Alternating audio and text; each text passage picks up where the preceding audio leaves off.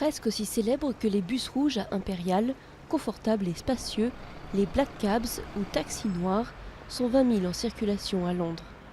Mais leur principal atout, c'est leur chauffeur. Sans GPS et de n'importe où en ville, ils identifient de tête l'itinéraire le plus rapide.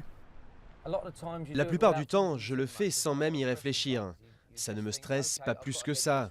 La seule chose à laquelle vous pensez, c'est « Ok, je dois aller là, je dois passer par là, c'est parti ».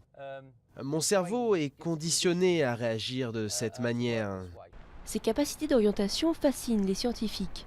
Des chercheurs ont ainsi étudié les méninges des chauffeurs londoniens et établi que conduire un Black Cab développe une zone particulière du cerveau, l'hippocampe. Nous avons découvert que l'hippocampe semblait être lié à des repères spatiaux et à l'apprentissage, à la description des cellules-lieux. À l'origine de cette abondance de matière grise, la formation que les chauffeurs doivent suivre avant de sillonner la ville. Comme ici dans cette école baptisée La Connaissance, où les tests ont été réalisés. L'atmosphère est studieuse pour les élèves, en majorité des hommes. Chaque jour, ils enchaînent 6 heures d'apprentissage intense. Objectif, retenir les noms et les emplacements de 25 000 rues dans une ville 10 fois plus grande que Paris.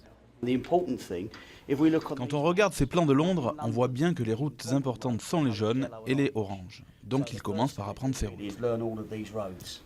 Derek O'Reilly et les professeurs supervisent ce travail de mémorisation.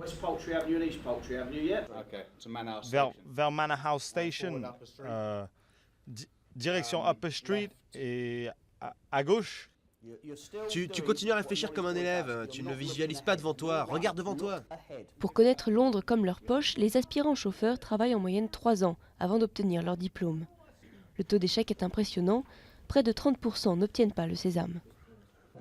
J'ai élargi mes connaissances, je peux trouver mon chemin autour de Londres, mais je ne sais pas si j'ai vraiment des capacités supplémentaires.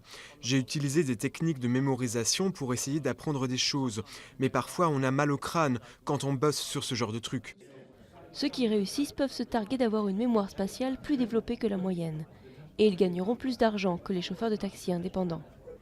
Mais d'après l'étude scientifique, une fois leur formation achevée, il devient plus difficile pour ces conducteurs surentraînés de retenir de nouveaux trajets.